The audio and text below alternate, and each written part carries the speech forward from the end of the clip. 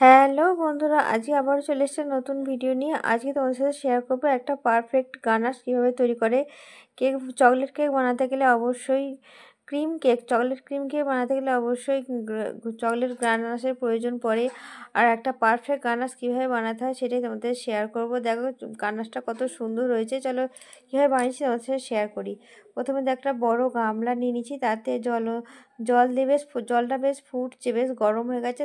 তার মধ্যে আর একটা বাটিতে আমি নিয়ে নিয়েছি ডার্ক চকলেট, বেশ ছোটো ছোটো করে কুচিয়ে নিয়েছি। নিয়ে বাটির মধ্যে নিয়ে সেই যে ফুটন্ত জলটা যে আছে তার মধ্যে দিয়ে দিলাম। দিয়ে দেখো একটুখানি নাড়াচাড়া করছি। আর দেখো তলাটা অনেকটা মেল্ট হতে শুরু করে দিয়েছে। কিন্তু চকলেটকে কখনো ডাইরেক্ট ওভেন বা কোনো আগুনের মধ্যে নিয়ে গিয়ে গলাতে যাবে না, তাহলে চকলেট নষ্ট হয়ে যাবে। যে কোনো গরম জিনিস দিয়ে চকলেটকে মেল্ট করতে হয়। দেখো আপনা থেকে চকলেটটা গলতে শুরু করে দিয়েছে, মেল্ট হতে শুরু করেছে। মোটামুটি নিচেটা পুরো মেল্ট হয়েই গেছে। এরপর এর মধ্যে দিয়ে দিতে হবে হচ্ছে হুইপ ক্রিম। আর গানাশটা কিন্তু দুরকমভাবেই তৈরি করা যায়। হুইপ ক্রিম দিয়েও তৈরি করা যায় এবং লিকুইড দুধ দিয়েও বানানো যায়। তবে দুটো লিকুইড দুধ আর হুইপ ক্রিম দুটো গানাশের মধ্যে কিন্তু একটু তফাৎ থাকে। আমি গানাশটা বানাচ্ছি হচ্ছে হুইপ ক্রিম দিয়ে। আর লিকুইড দুধ দিয়ে বানানো যায়। লিকুইড দুধ দিয়ে বানালে একই রকম হয়, কিন্তু শুধু একটাই তফাৎ হয়, দুটোর মধ্যে গ্লেজ।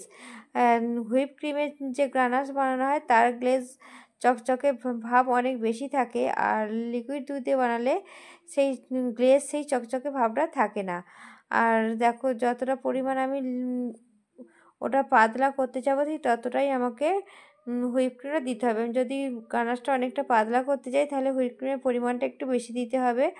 আর যদি খুব একটা পাতলা করতে না চাই তাহলে হুইপ ক্রিমটা কম দিলেই হবে। দেখো দুটো চকলেট মোটামুটি আমার মেল্ট হয়ে গেছে, আর হুইপ ক্রিমটা দিয়েছি আরও তাড়াতাড়ি ওটাকে মেল্ট হয়ে একসাথে বেশ, ওটা দেখো আমার একটু কম কম মনে হচ্ছিলো বলে আরেকটু দিয়ে দিলাম। দিয়ে ভালো করে মেল্ট করতে লাগলাম। বেশ খানিকক্ষণ এখন নাড়াচাড়া করতে করতে বেশ পুরোপুরি গানাশ এবং চকলেট একসাথে মেল্ট হয়ে গেছে। দেখো কতটা চকচকেটা তোমরা কি লক্ষ্য করবে, এটা খুব সুন্দর একটা চকচকে ভাবের মধ্যে এসে গেছে। আর আমার গানাশটা পুরো রেডি হয়ে গেছে। এখন বেশ একটু পাতলা মতো আছে, কিন্তু এটা জুড়িয়ে এখন দেখো কতটা পাতলা আছে। এটা কিন্তু এতটা পাতলা থাকবে না, এটা জুড়িয়ে গেলে অনেকটা আরও গাঢ় হয়ে যাবে। আর দেখো একটা গ্লেজ ভাব আছে, চকচকে ভাব আছে। এটা একমাত্র হুইপ ক্রিম দিয়ে বানালেই এই গ্লেজ ভাবটা হুইপ ক্রিমের মধ্যে যে গানাশের মধ্যে আসে। আর দুধ দিয়ে বানালেও ঠিক একই রকম হয়, কিন্তু এই গ্লেজ ভাব, এই চকচকে ভাবটা আসে না। তাই দুধের থেকে